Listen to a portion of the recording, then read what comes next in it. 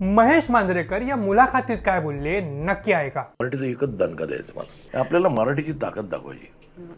या वर्षी मला मराठीची ताकद दाखवायची बस झालं. तुमची साऊची ताकद, नथिंग बॅड अबाउट डेट त्यांनी दाखवली ना. मराठीचं एकच दणका द्यायचं मला.